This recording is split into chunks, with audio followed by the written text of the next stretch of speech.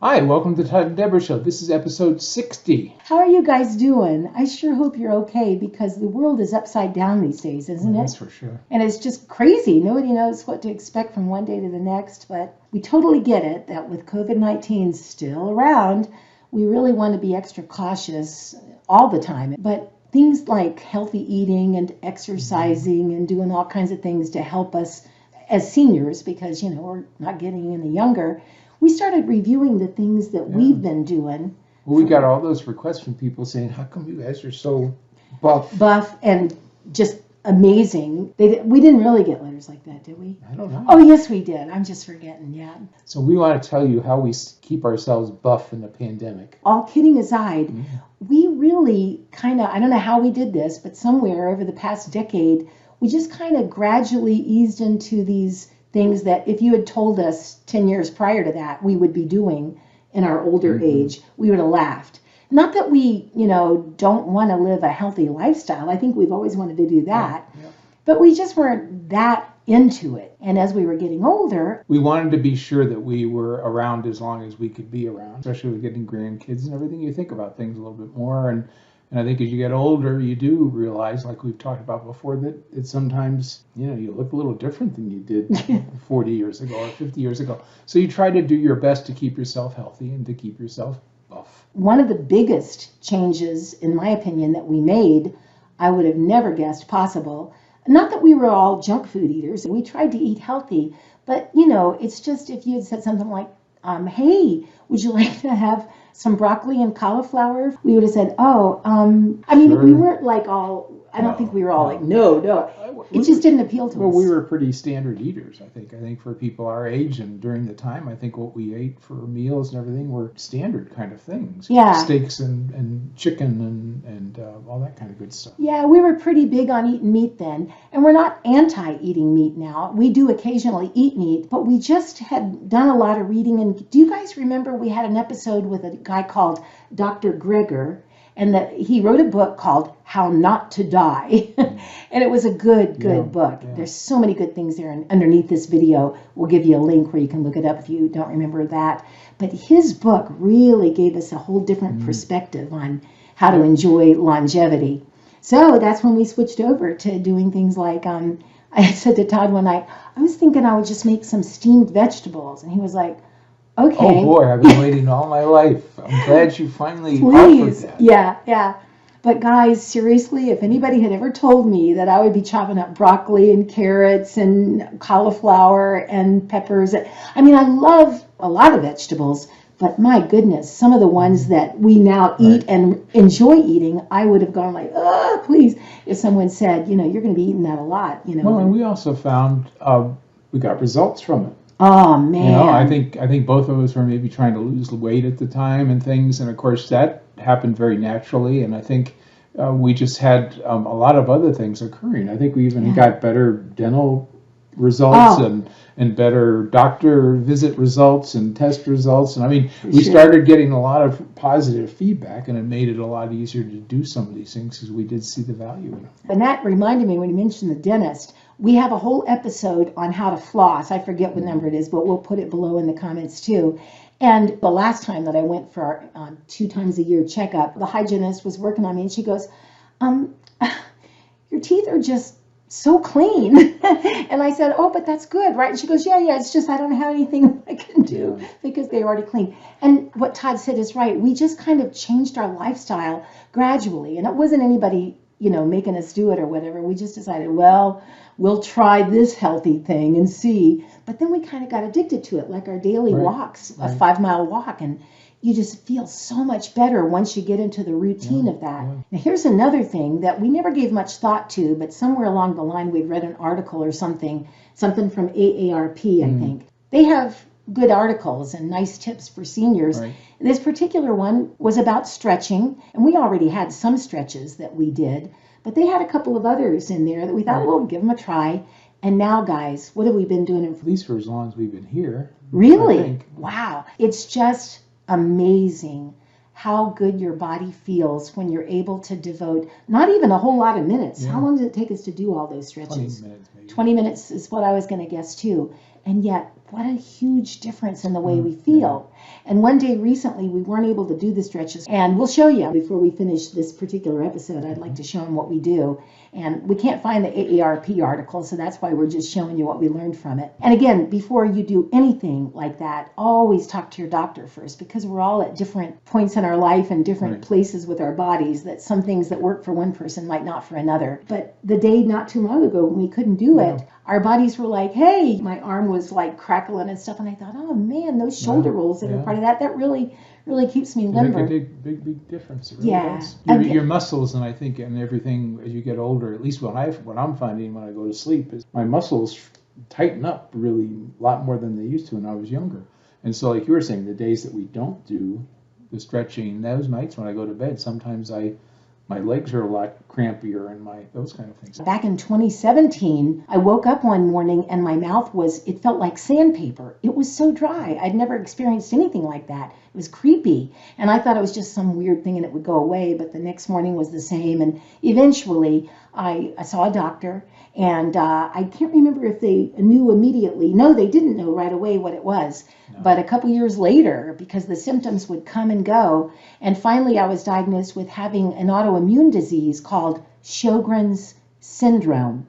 And it's a pretty rare one, but boy, is it pretty feisty as far as making you feel bad. There are so many things that it can affect, like joint pain. Those of you that have autoimmune diseases, you know what we're talking about. But when we got into our habit of eating more healthy and exercising more, at the beginning it was a little hard, but I found the easier and the more often that I did, good exercises and walking, not trying to be a speed walker, but just walking to make my body feel better. All of that just kind of ties together beautifully to help. I mean, what we've always found when we talk to doctors and things is that everybody always says that a good diet, good exercise, good sleep, all those things have got to help anything that you have. Maybe it doesn't cure it, maybe it doesn't make it go away, but it does make things easier and maybe a little better for you. For sure. Oh, and he mentioned sleep. This is a huge revelation for me anyway. By the way, we're not advertising Fitbit. This just happens to be the brand of smartwatch that we have. But what made you decide to get them for us? We were doing the walking. And I think we actually got to the point where we understood the value of doing step counts and things. Oh, right. And so we were doing that with our mobile phones, because there's a Fit application on there that would measure our steps and things. And so we were real excited about that, and that was really great.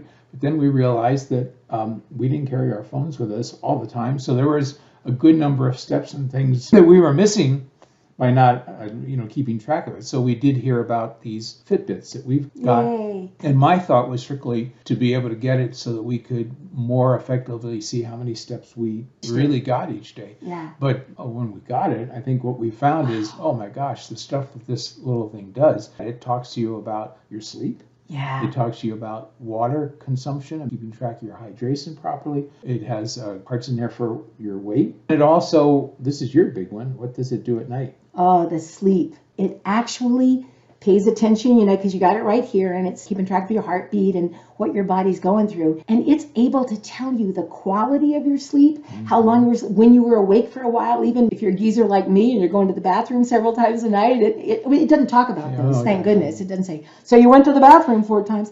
No, it's just that it shows you the pattern of your sleep. And what's good about that is you might think, well, I slept great, but there are things that you can do to make your sleep even better quality. Now, you've probably read about this, because recently I've noticed on TV and in news articles, magazines, everybody's talking about the quality of your sleep. And I would have never known what that really meant. But I get it now.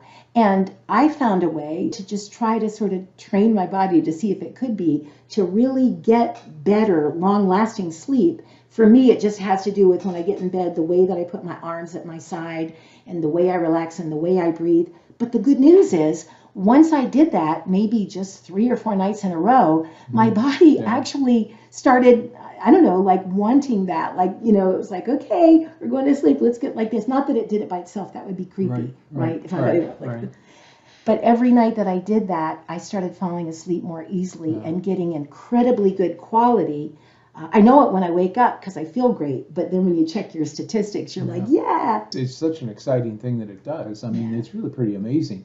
Like we said, we've got the Fitbits. My understanding is that Apple has one of these, and that Garmin has one of these, and there's probably all different kinds of them out there that do the same kind of thing.